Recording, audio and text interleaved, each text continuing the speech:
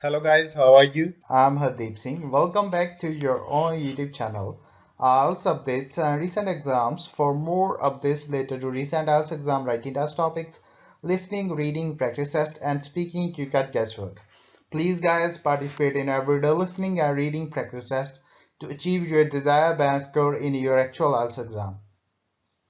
Please hit the like and subscribe button. Press the bell icon for the upcoming notifications. Don't forget like, subscribe and share my YouTube channel and my Facebook page, IELTS updates and recent exams. Part 1. You will hear a conversation between a customer and a receptionist at a car rental agency. First, you have some time to look at questions 1 to 5.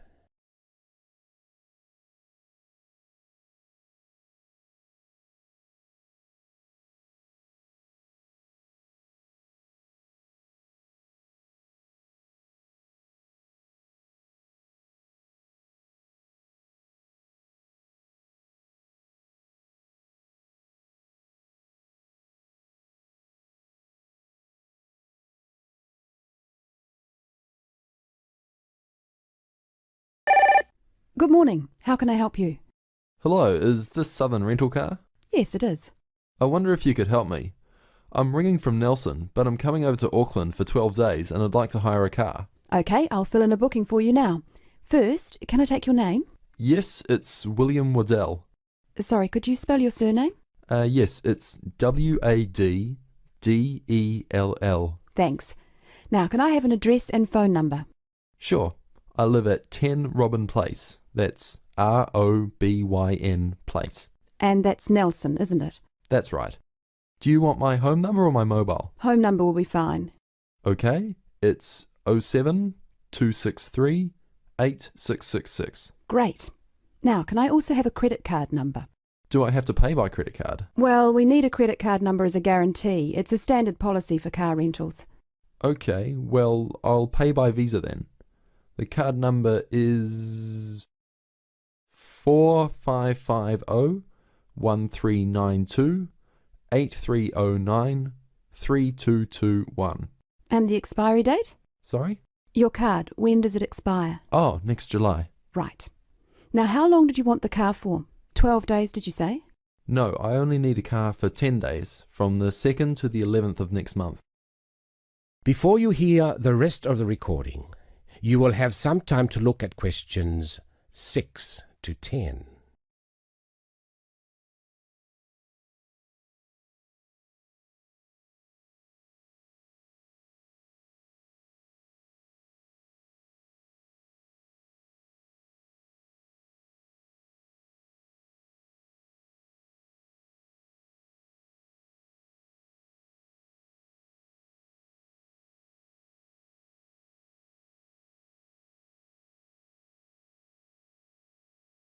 Now, what type of car are you looking to hire?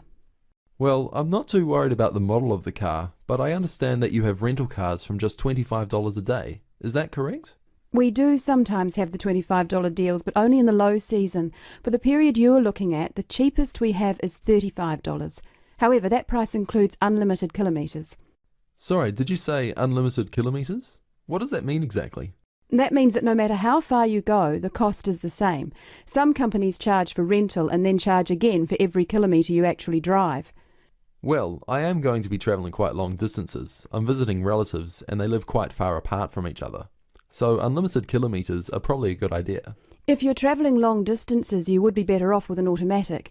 Changing gears in a manual can make it more expensive on petrol. Okay, I'll take the automatic then. Right. So that's an automatic car for 10 days from the 2nd to the 11th. That's all booked. Is there anything else I can help you with? No, that's fine. Oh, sorry, what do I need to bring with me when I pick up the car? All you need is your driving licence. Right, well, thanks very much. Bye. That is the end of Part 1. You now have half a minute to check your answers.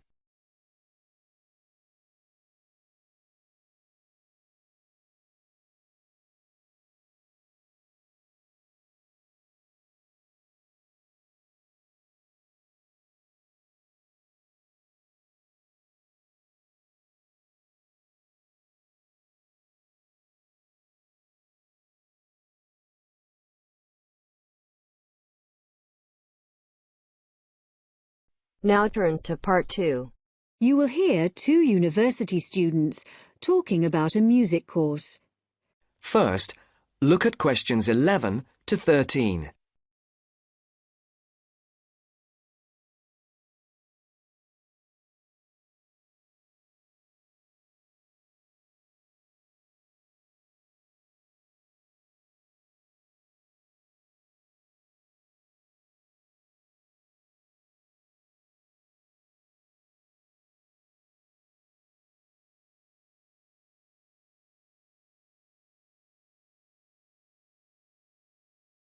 Josie, come in. How are you? I'm good. Can I get you a coffee or anything? No, that's okay. I can't stay long, but you said you wanted to talk to me about that course I'm doing this semester, Music 103? That's right. Actually, I was a bit confused because I thought you were majoring in maths. That's right, I am. I'm doing 4 maths modules this year, but it's an optional course. You just choose it if you're interested, and you can do it whatever department you're in. Why? Are you thinking about doing it? Well, I'm not sure. What are the requirements? What? The course requirements. I mean, what do I need to know about music to be accepted on it? I do listen to a lot of music, everything from hip-hop and rap to classical. And I can sing, sort of. Well, for a start, one special thing about this course is that it's distance learning. You don't actually have to be at the university to do it, and you don't have lectures. So you've got to be able to work on your own without someone telling you what to do all the time. Oh? Oh. No, that should be okay, I reckon. I'm more worried about the actual musical stuff. Like, I don't know how to read music. That doesn't matter. They don't assume that. You'll learn as you go along. How's your maths? Not too bad. Right. Some of it's quite mathematical, so you really need to be strong there. But you play the violin, don't you? I don't play anything. You don't need to. What about computer skills? You're okay there? Yes, reasonably. Does that matter? Yes, I'd say they're essential. Like I said, it's all distance learning, so it's computer-based. Now look at questions 14 to 20.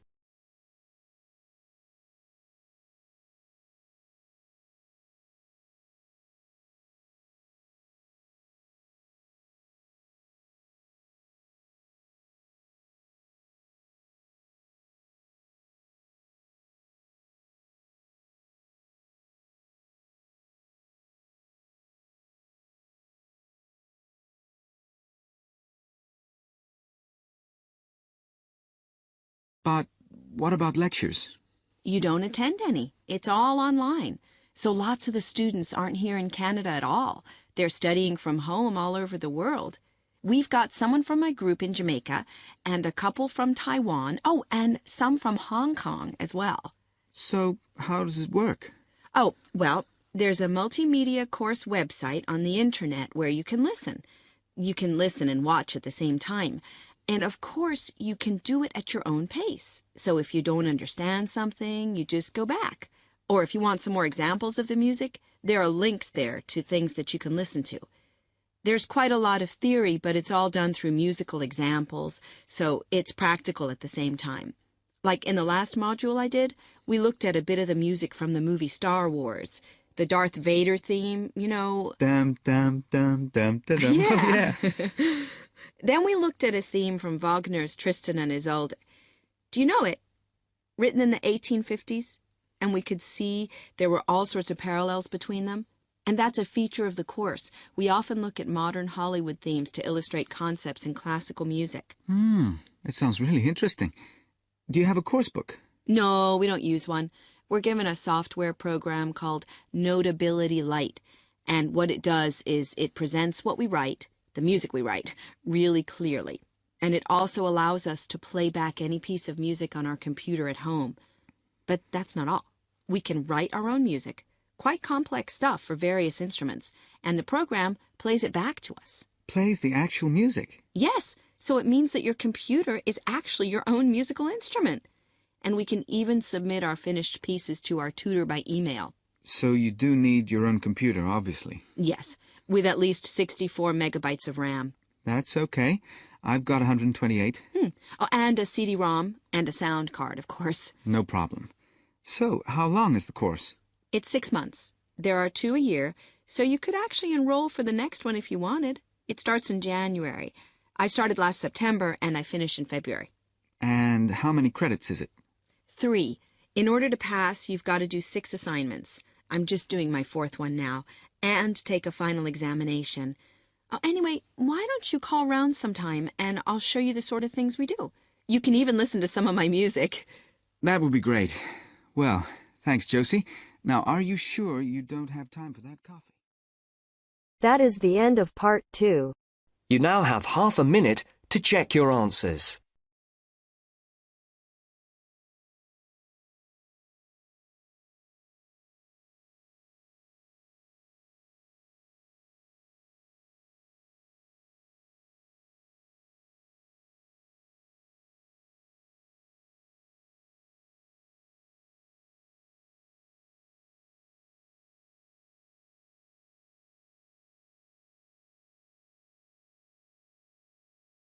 Now turns to part 3.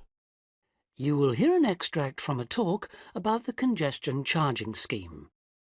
First, you have some time to look at questions 21 to 25.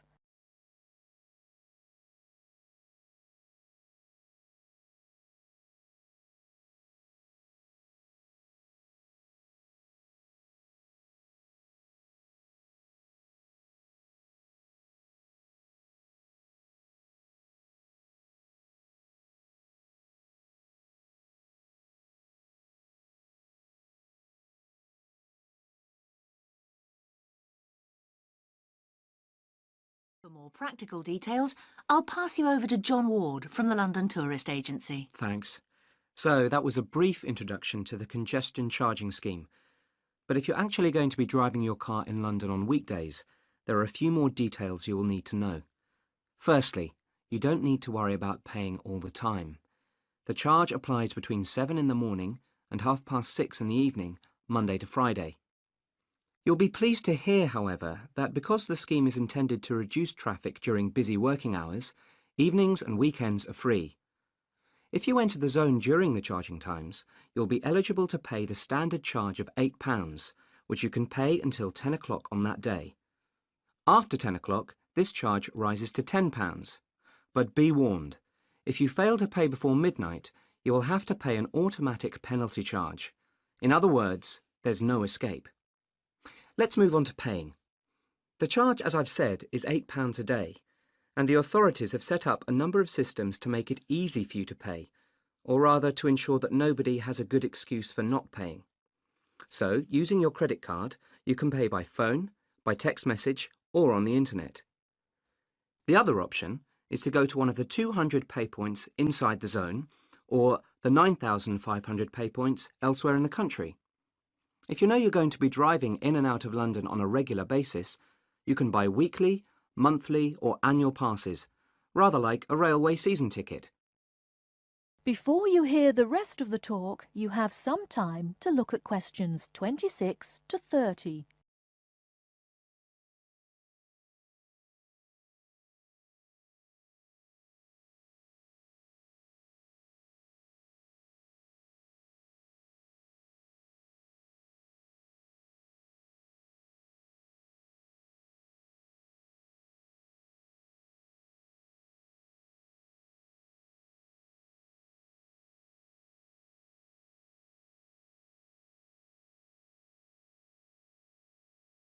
OK, on to the area itself. The congestion charging zone is everywhere inside London's inner ring road. For those of you not familiar with London's road system, this includes the City of London, that's the main financial district, and the West End, the commercial and entertainment centre. If you're still not sure, there are very clear signs on all roads which indicate when you are entering the area. These are round and have a white letter C on a red background. The scheme is policed by cameras which photograph all cars entering the area and send them to a computer which can recognise all British and European car registration plates. If you pay the £8 charge, you'll find London a little easier to drive round than it was before the charge was introduced. But if it's all too much trouble and you decide to leave your car at home, then you are left with public transport. That's trains, buses, taxis, or the underground. Some of the money from the congestion charging scheme is being used to upgrade public transport, so you should see improvements there. And because of reductions in the number of private vehicles on London's roads brought about by congestion charging, buses and taxis are providing a quicker, more efficient service than they did in the past. OK, I've covered the main details that you need to know. That is the end of part 3. You now have half a minute to check your answers.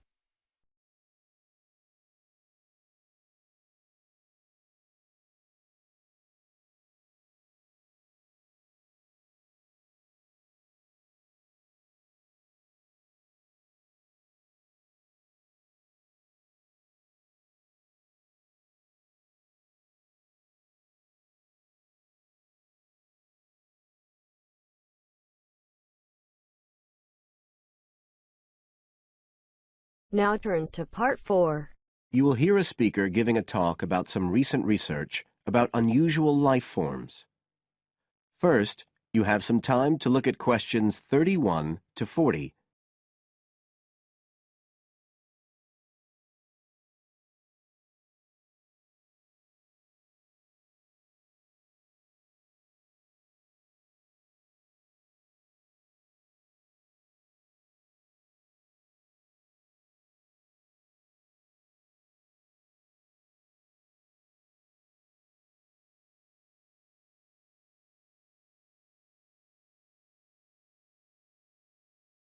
Hello everybody, and welcome to the 6th of our ecology evening classes.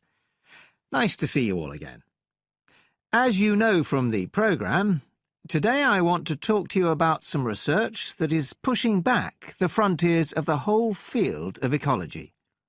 And this research is being carried out in the remoter regions of our planet, places where the environment is harsh and, until recently, it was thought that the conditions couldn't sustain life of any kind.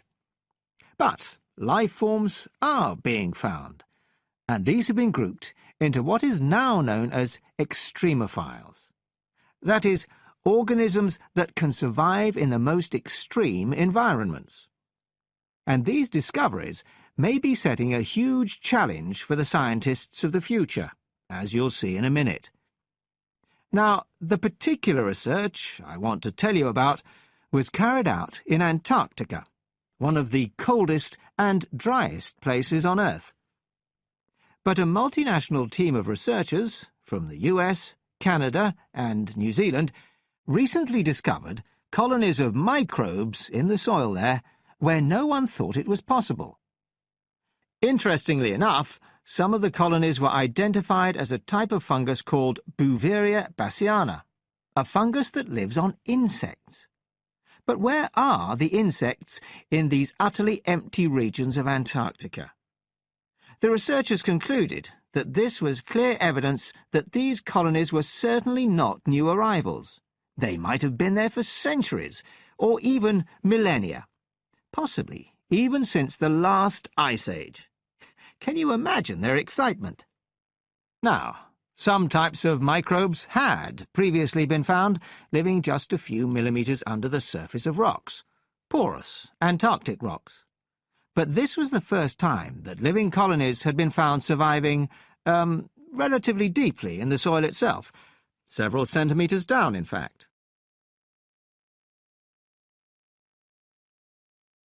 So, the big question is, how can these colonies survive there?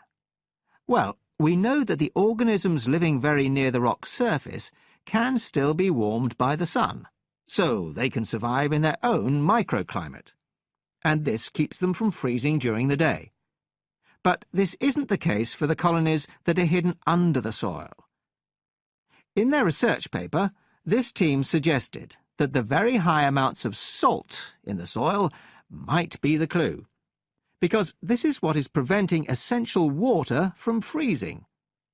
The team found that the salt concentration increased the deeper down they went in the soil. But while they had expected the number of organisms to be fewer down there, they actually found the opposite. In soil that had as much as 3,000 parts of salt per million, relatively high numbers of microbes were present, which seems incredible. But the point is that at those levels of salt, the temperature could drop to minus 56 degrees before frost would cause any damage to the organisms. This relationship between microbes and salt, at temperatures way below the normal freezing point of water, is a really significant breakthrough. As you all know, life is dependent on the availability of water in liquid form, and the role of salt at very low temperatures could be the key to survival in these kinds of conditions. Now, the process at work here is called supercooling, and that's usually written as one word, but it isn't really understood as yet, so there's a lot more for researchers to work on. However, the fact that this process occurs naturally in Antarctica may suggest that it might occur in other places with similar conditions, including on our neighbouring planet, Mars. So, you can start to see the wider implications of this kind of research. In short, it appears to support the growing belief that extraterrestrial life might be able to survive the dry, cold conditions on other planets after all. Not only does this research produce evidence that life is possible there, it's also informing scientists of the locations where it might be found. So all of this might have great significance for future unmanned space missions.